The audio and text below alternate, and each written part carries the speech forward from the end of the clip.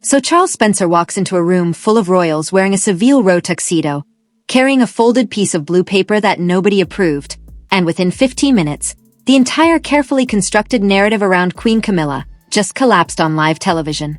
The palace literally handed him a podium. They invited him to speak, wrote a speech for him, loaded it into the teleprompters, and assumed he would just read it because that's what aristocrats do. They smile, make polite remarks about legacy, and go home. But Charles Spencer isn't just any aristocrat. He's the brother who stood in Westminster Abbey and promised to protect Diana's legacy. And tonight, at the Victoria and Albert Museum, he didn't come to surrender anything. He came to detonate something. Before Camilla could even process what was happening, the screens went dark, the live broadcast was hijacked, and a 30-year-old secret clause was read aloud to 3 million people watching at home. What Charles held in his hand wasn't just a speech. It was a legal death blow to the palace's narrative, executed with the direct help of Prince William himself. Stay tuned, because what happened inside that gala changes the British monarchy forever. To truly understand the sheer magnitude of the detonation that occurred inside the Victoria and Albert Museum, you have to rewind 30 years into the dark, labyrinthine halls of Buckingham Palace. For 3 decades, the British monarchy has been quietly waging an invisible, high-stakes war against a ghost. Ever since that tragic August night in Paris in 1997, the royal institution faced an unprecedented existential threat: the enduring, untouchable legacy of Princess Diana. The public loved her with a ferocity that terrified the palace courtiers. She was the people's princess, a glowing symbol of vulnerability, warmth, and raw human connection in an institution defined by cold, unyielding rigidity. But behind the gilded doors, a far more calculating, clinical operation was underway. The palace PR apparatus, led by ruthless strategists and spin doctors in gray suits, knew they had a massive problem named Camilla Parker Bowles. In the 90s, Camilla was officially labeled the most hated woman in Britain. She was seen as the third person in Diana's marriage, the woman who fractured a royal fairy tale and caused unimaginable pain to a beloved young mother. Public opinion was vicious. Protesters picketed outside her home. Tabloids shredded her character daily, and the idea of her ever wearing a crown was considered an absolute impossibility. So, the palace launched Operation Ritz, a decades-long, multi-million-dollar image rehabilitation project designed with one ultimate goal: erase the shadow of Diana and transform Camilla into an indispensable, dignified queen consort. Year after year, decade after decade, the palace machine chipped away at history. They softened Camilla's image in carefully staged photo shoots. They positioned her alongside high-profile charities. They weaponized the quiet passage of time, waiting for public grief to numb into harmless nostalgia.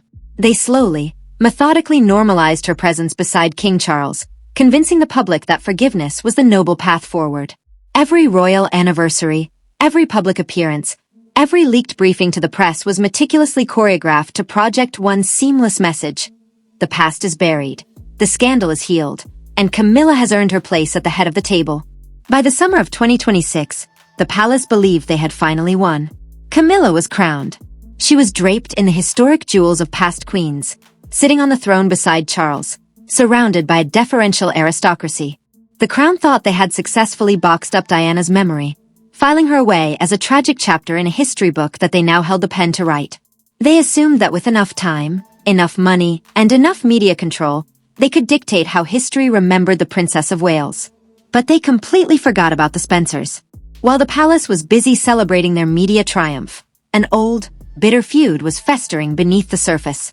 The Spencer family, a line of nobility older and historically more ruthless than the Windsors, had watched in silent fury for nearly 30 years as the palace slowly sanitized Diana's life. They watched as courtiers attempted to absorb her charitable legacy, take control of her personal artifacts, and rewrite the narrative of her private pain. To the palace, Diana was a public relation crisis that had finally been managed. But to Charles Spencer, the 9th Earl Spencer, she was his sister. The young girl he played with at Althorpe, the woman whose coffin he walked behind while the world watched in stunned silence. Inside the palace walls, courtiers foolishly mistook the Spencer family's long silence for surrender. They believed that Earl Spencer had grown tired of fighting, that he had accepted the unstoppable momentum of the modern monarchy. They assumed that as an aristocrat educated at Eton and Oxford, he would ultimately fall in line with established protocol. After all, aristocrats don't make scenes at black tie galas. They don't cause public panics. They accept their invitations, nod politely to the reigning monarchs, drink the champagne, and go home. That arrogant assumption was the palace's fatal flaw. They treated Charles Spencer like a defeated noble coming to pay homage to the new queen. They failed to realize that for 6 months, while Camilla's PR team was planning a victory lap at the V&A Museum, Earl Spencer was quietly assembling a legal nuclear option. He wasn't nursing old wounds in isolation. He was sharpening a legal blade, waiting for the precise psychological moment when the palace was most confident, most vulnerable, and most blinded by their own triumph. The gala at the Victoria and Albert Museum was supposed to be the crown's final victory lap. It was advertised as a night of reconciliation and historic preservation, a glittering gathering where the Spencer family would officially transfer Diana's final private archives, her personal letters, unpublished photographs, and intimate mementos, into the custody of the Crown Trust. It was designed to signal to the world that even Diana's own family had submitted to the new order, endorsing Queen Camilla's position at the pinnacle of royal society. The stage was set. The world's media was assembled. Buckingham Palace believed they were about to execute the ultimate PR masterpiece. But as the heavy oak doors of the museum swung open, and Charles Spencer stepped onto the marble floor wearing a razor-sharp Savile Row tuxedo, he carried a secret that would shatter 30 years of palace propaganda in a matter of seconds. The atmosphere inside the Raphael Court at the Victoria and Albert Museum was suffocatingly opulent. Over 500 distinguished guests, dukes, foreign ambassadors, high-ranking politicians, and media moguls, milled under the dramatic ambient lighting. Waiters in white gloves glided through the crowd serving vintage Krug champagne, while the sweet, heavy scent of thousands of white lilies filled the air. White lilies, Diana's absolute favorite flower. The palace courtiers had placed them on every table, a calculated, almost cynical touch designed to project an aura of respectful homage while subtly signaling that her memory had been safely domesticated by the crown. At the head table, seated beneath a towering floral arrangement, sat Queen Camilla. She was radiant, wearing an exquisite midnight blue velvet gown, topped with the legendary Greville emerald necklace, a historic piece once worn by Queen Mary and the Queen Mother. Her demeanor was calm, triumphant, and completely relaxed. She conversed effortlessly with the French ambassador, occasionally glancing toward the media gallery where dozens of global news crews were lined up, ready to broadcast what Buckingham Palace had pitched as a historic night of royal unity and healing. Only hours earlier, the palace press office had strategically leaked a briefing to the Times of London. The headline read, "A family reunited. Earl Spencer to hand royal archives to Crown Trust." It was a classic palace maneuver. Set the narrative in the press first, create massive public expectation, and trap the opposing party into compliance. If Charles Spencer hesitated, he would be painted by the media as bitter, petty, and stubbornly holding on to ancient grudges. The palace was certain they held all the cards. They had written his speech, loaded it into the teleprompters flanking the podium, and ensured the camera angles would capture Camilla smiling graciously as Spencer handed over the symbolic leather binder. Then, at precisely 8:45 p.m., the heavy double doors at the back of the hall swung open. Charles Spencer walked in. The room fell into a respectful hush. He moved with an icy, unhurried precision, his face utterly unreadable. He did not smile at the hovering courtiers. He did not glance toward the head table. As he approached the stage, the master of ceremonies announced his name, and polite, understated applause echoed off the museum's marble walls. Spencer stepped up to the podium. On the glass teleprompter screens in front of him, the palace-approved text glowed brightly. The opening line read, "I stand before you tonight in the spirit of enduring harmony, to permanently entrust my sister's legacy to the crown." Spencer looked at the glowing words for 2 long, agonizing seconds. Then, he raised his hand and deliberately turned off the teleprompter control panel. A quiet murmur rippled through the front rows. Behind the scenes, in the temporary media control room set up beneath the museum, the broadcast director froze. Spencer reached into the inner pocket of his Savile Row tuxedo and slowly withdrew a folded piece of pale blue parchment, bearing the heavy, embossed wax seal of the High Court of Chancery. At table 2, Prince William sat perfectly upright. He did not look surprised. While the rest of the room watched Spencer in growing confusion, William slowly reached into his suit jacket and pulled out a sleek, black encrypted phone. With a deliberate, practiced movement, he tapped the screen twice. Instantly, total chaos erupted in the control room. The digital teleprompter screens didn't just go dark, They flashed red with diagnostic error codes. The master broadcast feed, which was being beamed live to over 3 million viewers on television networks across the globe, locked out the palace technicians. Prince William had just activated a high-level override protocol, using emergency security access codes reserved for severe national crises. The palace's media team frantically tried to cut the transmission, but their control consoles were completely unresponsive. The live feed was hijacked, locked, and uneditable. Back at the podium, Charles Spencer unfolded the blue parchment. He adjusted his glasses, looked directly into the primary broadcast camera, and began to speak. His voice was not raised in anger. It was dangerously calm, resonant, and dripping with absolute finality. "History," Spencer began, his voice echoing through the silent hall, "is so often written by those who survive to edit it. For nearly 30 years, my family has watched an elaborate, relentless effort to curate, sanitize, and ultimately rewrite the truth of my sister, Diana, Princess of Wales. Tonight, the institution before you expected a surrender. They expected me to hand over her private voice so it could be buried deep within royal archives, hidden behind non-disclosure agreements and institutional seals." The room went dead silent. The champagne glasses stopped clinking. Queen Camilla's smile froze, her eyes widening as the color visibly drained from her face. "6 months ago," Spencer continued, unfurling the second page of the parchment, "under the authority of an obscure, forgotten clause in the 1996 Spencer-Windsor divorce settlement. Paragraph 17, subsection 4, a private legal action was initiated. Today, the High Court of Chancery ratified the permanent creation of the 1997 Heritage Trust. Every private diary, every unedited letter, every audio tape, and every personal record belonging to my sister has been legally removed from the jurisdiction of the British Crown forever." The shockwave in the room was physical. Dukes dropped their programs. Ambassadors leaned in, whispering frantically. But Spencer wasn't finished. He delivered the ultimate, devastating twist. "And by order of the court," Spencer declared, staring directly at Queen Camilla, "the exclusive, joint trustees of this independent heritage are her sons, Prince William and Prince Harry. Effective 60 seconds ago, the embargo on her private journals has officially expired."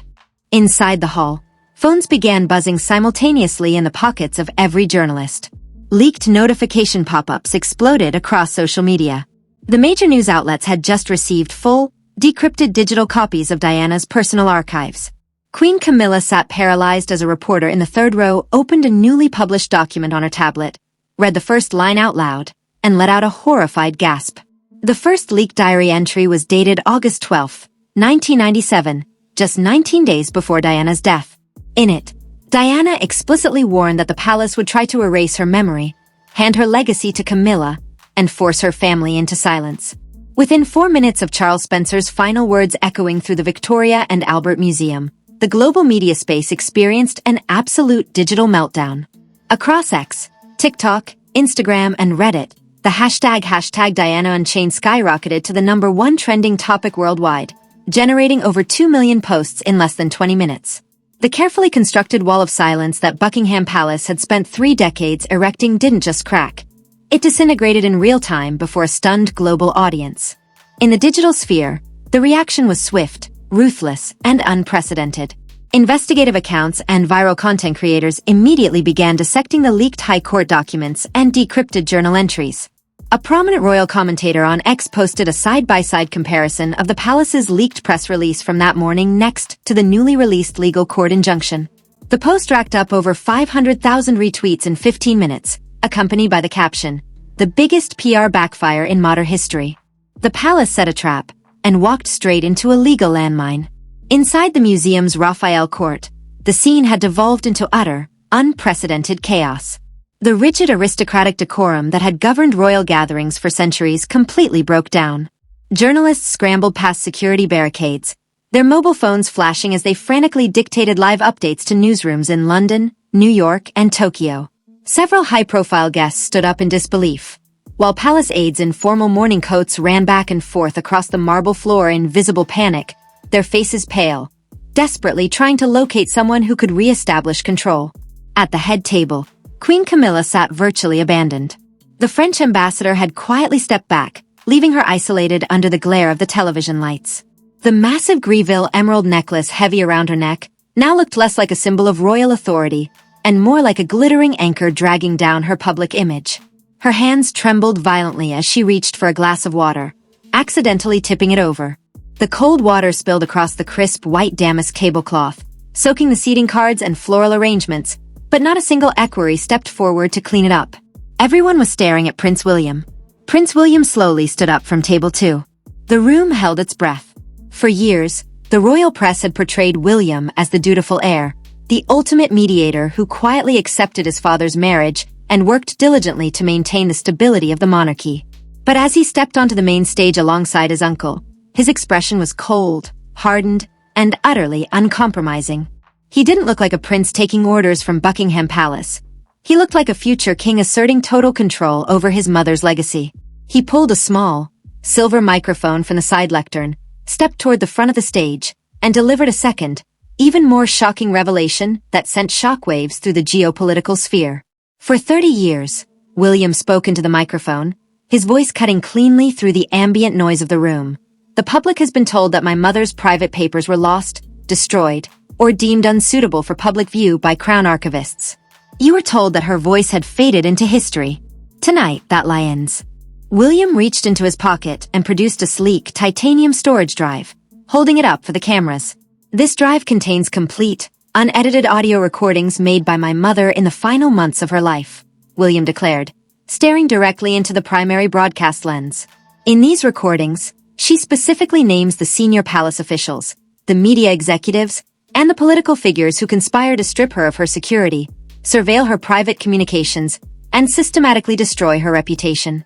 These recordings were not lost. They were concealed inside a vault at Clarence House.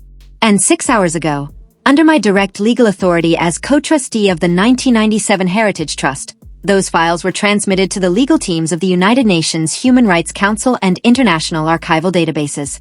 The room erupted. A collective gasp echoed off the high-vaulted ceilings. The revelation that the heir to the British throne had personally bypassed his own father's household, retrieved suppressed audio tapes from Clarence House, and handed them to international legal authorities, was an institutional nuclear strike. It was an act of open defiance that effectively severed William's allegiance to the palace PR apparatus. Fake Twitter threads began circulating at light speed, with purported leaks from top media executives claiming that major broadcast networks were already preparing to air raw audio clips within the hour. Celebrity responses flooded the internet. Major cultural figures, international authors, and former political leaders began posting messages of support for William and Charles Spencer, while political commentators openly questioned whether King Charles III could survive the political fallout of his own son exposing palace cover-ups on live global television. Then came the moment that turned a severe institutional crisis into an existential nightmare for the reigning monarch. High above the chaotic crowd, near the stage entrance, an equerry held up a glowing red receiver. The direct, encrypted landline connecting the event venue directly to the private quarters of Buckingham Palace.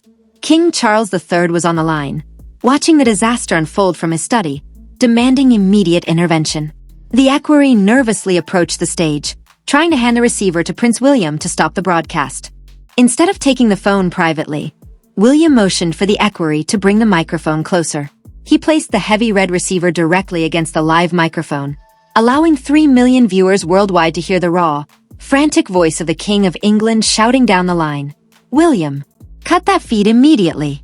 You are destroying the foundation of this family." William looked calmly at the phone, his face unreadable, and replied with a single sentence that froze the entire international audience. "The foundation was built on her silence, father, and she is finally speaking."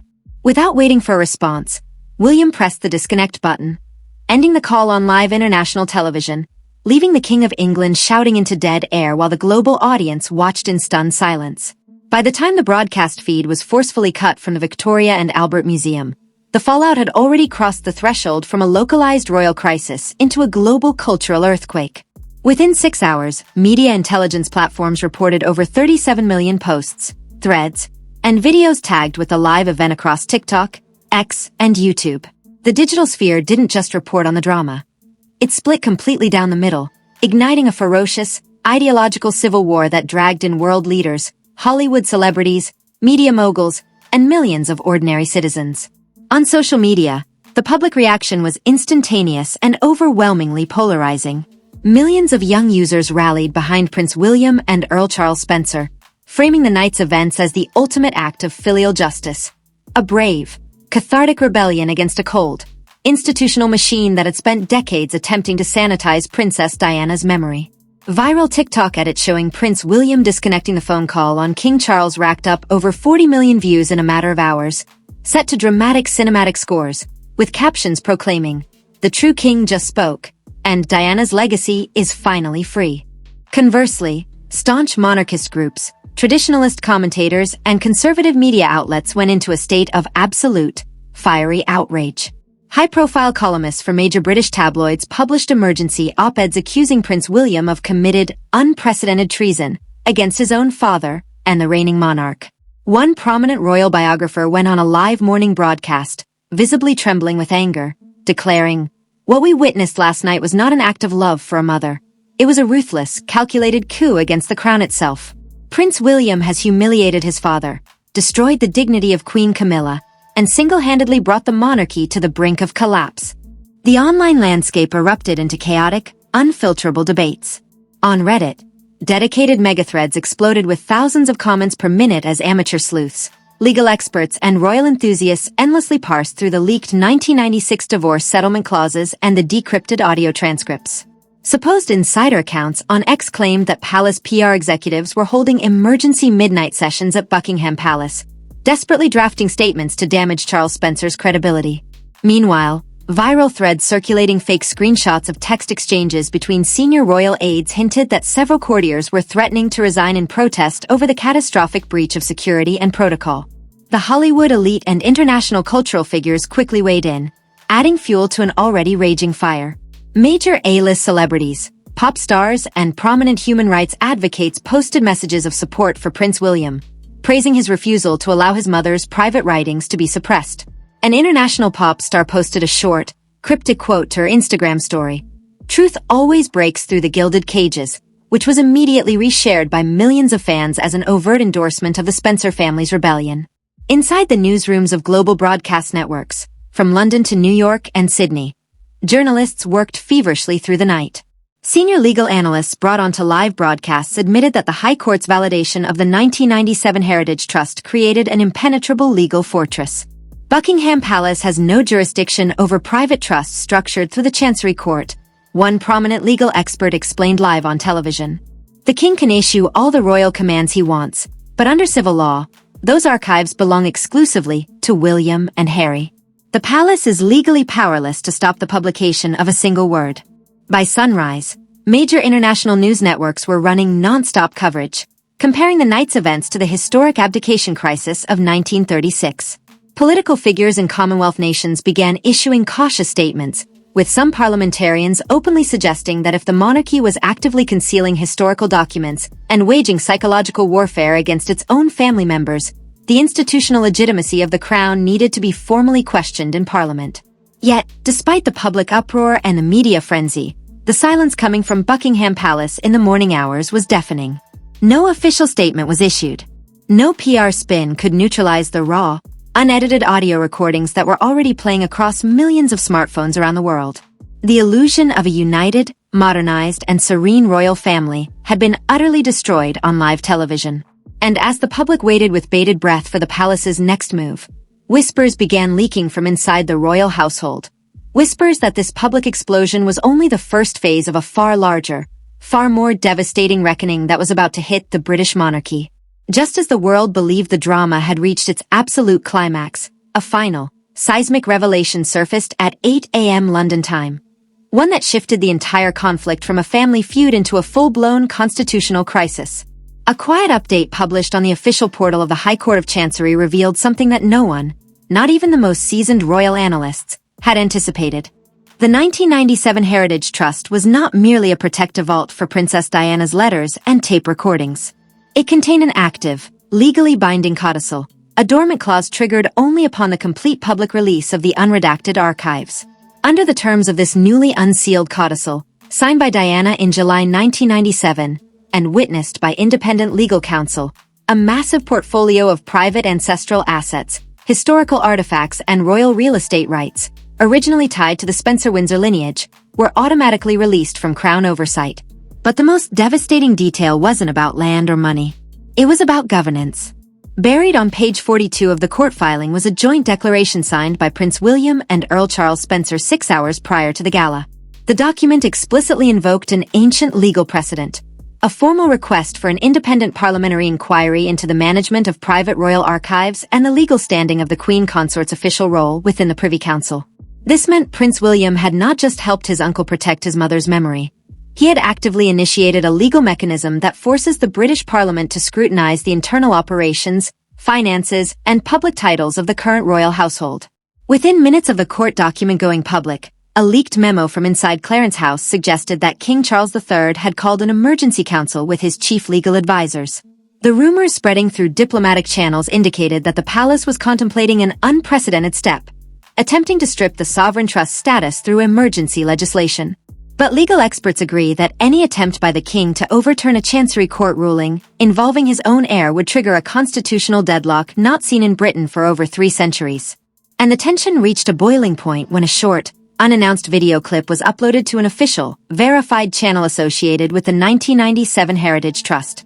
The video showed a quiet room at Althorpe Estate. On a desk sat a leather-bound journal marked with the letter D, dated August 28, 1997, just 3 days before Paris. A hand reached into the frame, opened the journal to its very last page, and pointed to a single, handwritten sentence that was deliberately blurred out, accompanied by a digital countdown timer set for exactly 72 hours. The caption beneath the video contained only 4 words: "The final entry awaits. The world now stands on the edge of its seat." What did Diana write in those final 72 hours of her life? What names are written on that final page that the palace fought for 30 years to suppress? And how far will King Charles go to stop that timer before it hits 0? This is no longer just a battle over history. The clock is ticking, the palace is in full panic, and the ultimate truth is only 3 days away. This is without a doubt the most catastrophic meltdown in modern royal history, and the story is unfolding minute by minute. The palace's 30-year narrative has completely collapsed, but with 72 hours left on that countdown timer, the biggest revelation is still to come. Now, I want to hear from you.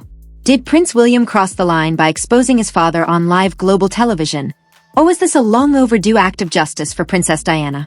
And what do you think is written on that final blurred page of her diary? Drop your thoughts, theories, and predictions in the comments below.